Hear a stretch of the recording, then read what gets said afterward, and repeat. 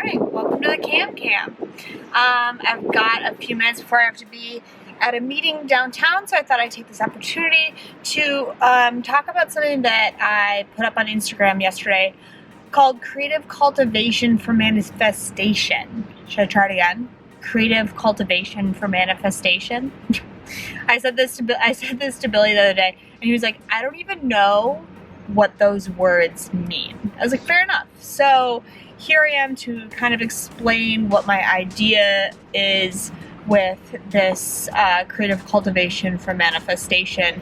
I have kind of, so I've been creative my whole life, and I've always just kind of like let it flow. Like my mom will be like, where did this idea come from? And I will be like, I have absolutely no idea where like my creativity comes from or kind of where the flow comes out of. So it's worked for me up until now, but I mean, anyone who's creative can kind of attest this. There are definitely days where you have zero creative power and you almost like need to chill out and wait for the tank to refill. And in order to avoid that, you know, lots of different creative people have different tactics. And I was reading a book that I just finished, which I will show.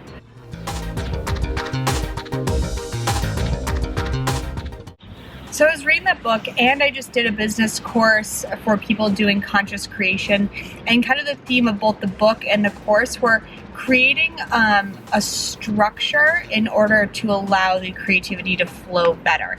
And I gotta be honest with you, I have no structure when it comes to that kind of stuff. Like I said, I just go with the flow, and I wanted to create that. And how I've created that structure is getting back on my daily meditation practice, which goes from roughly like 4 to 5 in the morning, give or take. Sometimes it's like 4:20 to 5:20, just really depends.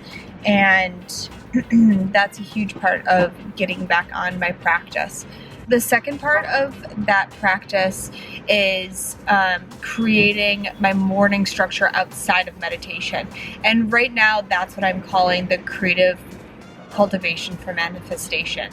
And that is 1 hour where I turn off my phone, I turn off my computer, I turn off all notifications, anything that could possibly be distracting. And I like to do it from like 5:30 to 6:30 in the morning, so I know I'm not missing out on anything. Like nothing is happening. Granted, like we're 3 hours behind the East Coast, so some stuff is happening on email, but like nothing I need to pay attention to that early. And so from 5:30 to 6:30, I have my ritual I do. I put out my little sheepskin, I make my tea.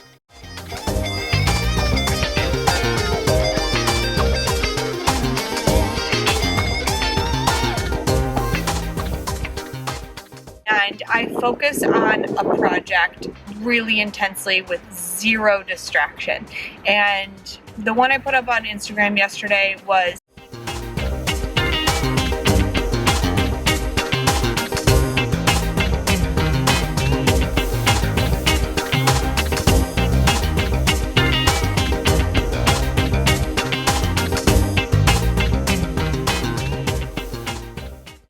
outlining everything for these web videos and topics that I want to cover, and kind of making like a really nice schedule for it.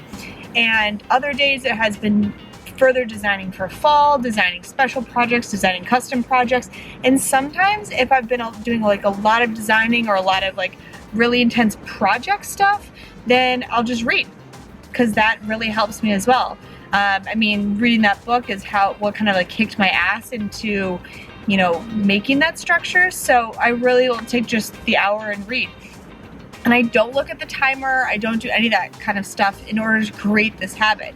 I've been doing it for a few weeks now, and the only hiccup like I've kind of come up with is how to do it on the weekends. Because I still get up and meditate, but I'm not like, I don't know, the motivation is definitely hard, so I'll have to like write back to you guys then. Along with some of the struggle on the weekends, the other thing that I think will be really curious when I get to it is how to do this when I travel.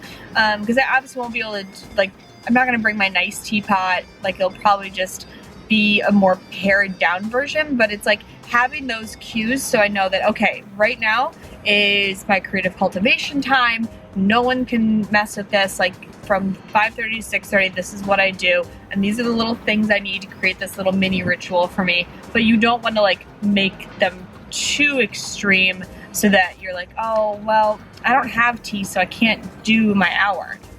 There can be like zero excuses for that. So that's the one thing that I'm like playing with right now, is how to do that when I travel, because we have a lot of weddings coming up this season, and obviously I'll have to do it then. The point is to take 0 days off, Monday through Sunday, meditation, the hour, hopefully working out, hopefully having a life of working in there too, but the meditation and the hour of creative cultivation, so that that constant stream is always coming in. And when you sit down, your brain knows, okay, right now we create. Like, it's just an automatic thing. And that would make it easier, you know? Because I want to make sure that I'm not having problems with inspiration. You know, I don't want to get myself into a little pickle where, you know, I'm not inspired to create a season, and then like I'm forcing some creations that I'm just like not that excited about or proud of. So you got to keep it fresh and keep it stuff that you like and that you're inspired by. So that's what we're working with right now. Creative cultivation for manifestation. Think about adding some more words in there too. It just doesn't feel wordy enough. All right, time to go to meeting. Peace.